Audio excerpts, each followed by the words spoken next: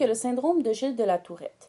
Le premier cas fut documenté en 1825 par Itard. Par contre, le deuxième cas documenté est de loin le plus connu. En 1885, le neurologue français Dr Georges Gilles de la Tourette s'est intéressé davantage au syndrome. Il a consacré plusieurs années de sa vie à la recherche de ce syndrome et il a noté que celui-ci présentait sensiblement les mêmes symptômes dans tous les cas et l'a relié à des tics moteurs et vocaux, à des troubles d'obsession et de compulsion et à des comportements étranges. De plus, les premières recherches ont démontré que le syndrome de Gilles de la Tourette est plus présent chez les enfants nécessitant une éducation spécialisée et finalement, bien que la maladie peut être présente dans toutes les nationalités, cultures et pays, elle est plus présente chez les hommes que chez les femmes. La maladie est difficile à étudier puisqu'il n'y a pas de standard clé. Il n'y a pas d'anormalité marquante, il n'y a pas de lésion post-mortem neuropathologique, ni aucun examen génétique permettant de diagnostiquer le syndrome. L'apparition des symptômes se font généralement de 2 à 21 ans, avec une majorité des cas rapportés à l'âge de 7 ans, commençant avec des tics moteurs. Durant l'adolescence, les symptômes changent de jour en jour, mais dans 30 à 40 des cas, les symptômes disparaissent complètement à la fin de l'adolescence. Une recherche effectuée par Leckman et ses collègues ont démontré que vers l'âge de 5 à 6 ans, il y a une détérioration progressive des tics. Cependant, c'est à l'âge de 10 ans que les tics sont plus sévères. Dans 22 des cas, la pire période des tics allait jusqu'au non-fonctionnement à l'école. Par contre, la puberté ne serait pas associée à la période de sévérité des tics. Selon le DSM-5, les tics font partie de la catégorie des troubles neurodéveloppementaux. Ces troubles amènent des retards développementaux qui affectent le fonctionnement personnel, social, académique et occupationnel. De plus, un risque élevé de comorbidités psychiatriques comme le TOC, le trouble obsessionnel compulsif, ou le TDAH, le trouble déficitaire de l'attention avec hyperactivité, peuvent accompagner le syndrome. Une recherche effectuée entre 1992 et 2008 avec 1374 participants démontre que les comorbidités les plus fréquentes associées au syndrome de la Tourette sont les TOC, 50 des participants, et TDAH, 54,3 des participants. Les femmes étaient plus susceptibles d'avoir une comorbidité avec le TOC, 57,1 et les hommes avaient une plus grande probabilité d'avoir le TDAH, 58,5 D'autres comorbidités telles que les troubles de l'humeur, les troubles anxieux, les troubles d'utilisation de substances peuvent également être présents avec le syndrome. Quelles sont les principales causes du syndrome? Il est généralement accepté que le syndrome soit génétique, mais on n'en connaît pas précisément les causes. Le syndrome de Gilles de la Tourette a effectivement été démontré qu'il s'agissait d'une autosomique dominante, c'est-à-dire que la maladie se transmet si un seul allèle d'un gène est muté. Cependant, malgré qu'une grande partie du génome a été exclue, on ne connaît pas précisément l'emplacement du problème. De plus, des recherches ont démontré que le syndrome de Gilles de la Tourette est très familial. Par contre, le fait qu'il y ait une agrégation familiale ne prouve pas que ce soit génétique, puisqu'il y a aussi des facteurs environnementaux à prendre en compte. Mais comme les parents partagent 50 de leur ADN, un enfant qui voit sa sœur ou son frère atteint aura tout de même plus de chances de se voir lui aussi atteint. Les résultats d'une étude sur des familles montrent qu'il y a une augmentation de 10 à 100 fois plus de cas de personnes atteintes du syndrome de Gilles de la Tourette si un parent est aussi atteint de la maladie. Ce résultat fait du syndrome de Gilles de la Tourette la condition neuropsychiatrique la plus héréditaire. Par ailleurs, l'étude de jumeaux démontre davantage le lien entre le syndrome et la génétique. En effet, il a été démontré que 77% des jumeaux monozygotes étaient concordants en ce qui concerne les troubles reliés aux tics. De plus, le pourcentage de concordance atteint le 100% pour les troubles reliés aux tics lorsque des entrevues d'observation ont été conduites. Une autre cause possible sont les facteurs prénataux.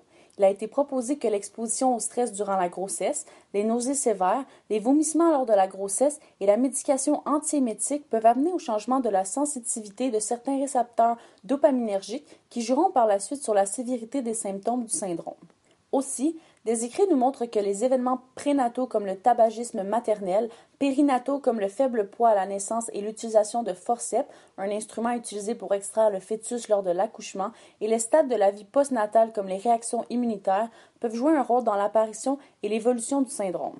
Ensuite, il y a les causes neuro-immunologiques et les infections. La maladie PANDAS, une infection au streptocoque, un ensemble de micro-organismes, serait aussi retrouvé en plus grand nombre chez les patients souffrant du syndrome et de TOC. Par contre, la théorie du PANDAS est intéressante, mais il ne s'agit que d'une hypothèse car il n'y a que quelques cas qui la supportent. Finalement, la neurobiologie du syndrome a été étudiée et il se trouve que plusieurs circuits neuronaux, comme par exemple le circuit frontal subcortical, ainsi que plusieurs neurotransmetteurs et ou plusieurs neuromodulateurs, sont des causes du syndrome. Les neurotransmetteurs comprennent la dopamine, la noradrénaline, les aminoacides GABA, l'acétylcholine, la tyramine et bien d'autres. Cependant, il y a eu très peu d'études du cerveau post-mortem pour approfondir cette théorie. Aussi, l'étude des yeux a démontré l'implication du dysfonctionnement des ganglions de la base. Pour terminer, les études d'IRM ont aussi démontré l'implication de la taille du corps calleux ainsi que la perte d'une asymétrie normale du noyau caudé.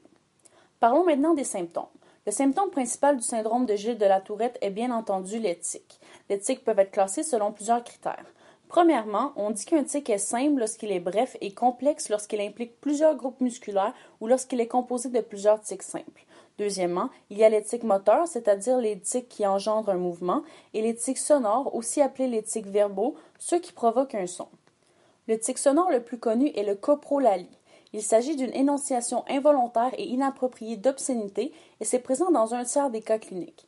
Par contre, il se pourrait que le coprolalie soit lié à la culture, puisqu'au Japon, il n'y a que 4% des cas rapportés.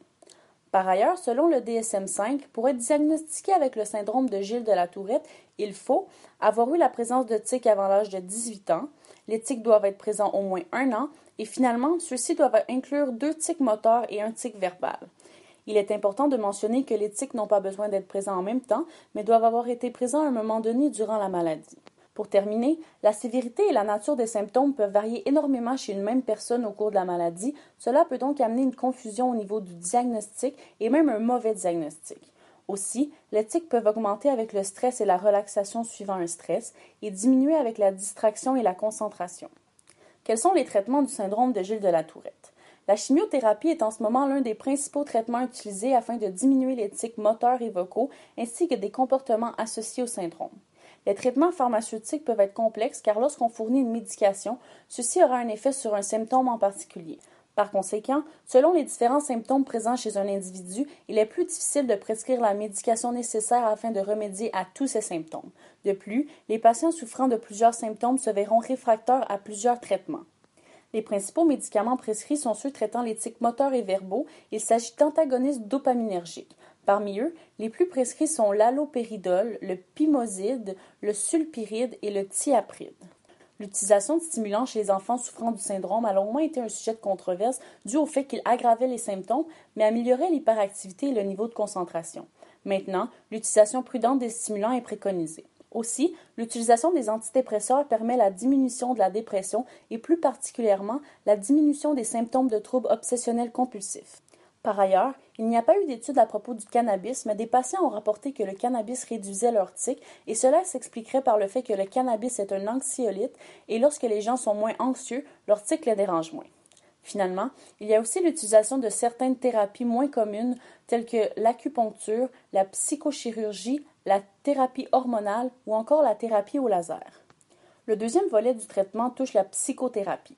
Le premier traitement comportemental efficient est le renversement d'habitude. Il est établi que ce traitement freine la fréquence des tics. Le modèle d'intervention est basé sur les théories d'apprentissage.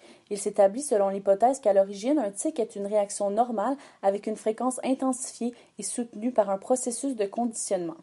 5 étapes thérapeutiques font partie du renversement d'habitude. L'entraînement à la prise de conscience et l'entraînement à une réponse incompatible sont les 2 étapes les plus importantes. Les études sur cette thérapie présentent une baisse de la fréquence des tics de 40 à 100% ainsi qu'un maintien qui peut aller jusqu'à 2 ans. Par ailleurs, la thérapie comportementale est aussi efficace que l'approche pharmacologique selon Dr. Jonathan Ming, professeur de neurologie pédiatrique et chef de la division de neurologie de l'enfant à l'Université de Rochester. Souvent, une envie d'exécution précède les tics. Le principe de la thérapie est de trouver le moyen de produire une réponse qui sera concurrente à un tic, ce qui empêche le tic de se produire. Avec la pratique, la réponse devient un automatisme. La thérapie serait efficace autant avec les adultes que les enfants en se basant sur plusieurs études. La formation pour pouvoir administrer la thérapie est donnée de plus en plus fréquemment aux psychologues et aux ergothérapeutes. Les preuves ont montré que les ganglions de la base sont au centre de la production du tic et que l'apprentissage du mouvement et l'apprentissage de l'habitude se produisent dans les noyaux gris centraux. Donc, comme les tics sont appris, ils sont modifiables. Au début, il y a eu une résistance à l'idée que la thérapie comportementale puisse modifier le cerveau. Mais aujourd'hui, au Canada, il y a des directives selon lesquelles la thérapie comportementale est le premier traitement à utiliser. Par contre, une conclusion commune ressort de cette panoplie de traitements. Peu importe le traitement, les tics ne peuvent pas disparaître, mais ils deviennent plus tolérables. Le syndrome de Gilles de la Tourette peut avoir un impact dans la vie quotidienne des gens sur l'aspect physique, émotionnel, occupationnel et social. Premièrement, il y a l'aspect physique. Le domaine physique tient compte de la présence de douleurs et blessures directement liées à la gravité du tic. La majorité des personnes touchées par le syndrome, soit 64%, ont signalé avoir eu au moins un tic causant de la douleur ou un dommage physique. Chez les adultes, la difficulté d'effectuer les activités quotidiennes, incluant les soins personnels, peut causer des problèmes dans la mobilité fonctionnelle et l'habilité de faire de l'exercice. Deuxièmement, il y a l'aspect émotionnel. L'anxiété, le sentiment de frustration, l'impuissance et la déprime sont souvent signalés par ceux ayant le syndrome. Une étude contrôlée faite sur les enfants avec le syndrome a montré que l'anxiété et la dépression étaient significativement plus répandues que chez les enfants en bonne santé. Également, environ 57% des patients adultes avec le syndrome disaient avoir des symptômes d'anxiété et de dépression. Troisièmement, il y a l'aspect occupationnel. La présence de problèmes de comportement comorbides, particulièrement le TDAH, affecterait la vie scolaire chez les enfants. L'amélioration des symptômes du TDAH avec l'âge pourrait contribuer à expliquer la diminution moins prononcée de la qualité de vie au travail chez les adultes. En effet, les résultats d'une étude démontrent que les adultes signalent une interférence plus légère avec la productivité au travail par rapport au niveau d'interférence académique noté par les enfants avec le syndrome ou autres troubles de tic chronique. Finalement, il y a l'aspect social. Les relations avec la famille et les amis sont les éléments clés dans le domaine social de la qualité de vie. Il a été démontré que les jeunes patients avec des tics peuvent souvent se sentir responsables des chicanes familiales à cause de leur maladie et sont plus susceptibles d'éviter la communication avec leurs parents. Ces aspects de la vie quotidienne expliquent bien pourquoi le rôle de l'ergothérapeute est important chez les personnes atteintes du syndrome de Gilles de la Tourette. L'ergothérapeute peut utiliser son expertise pour permettre au client de reprendre ses occupations significatives.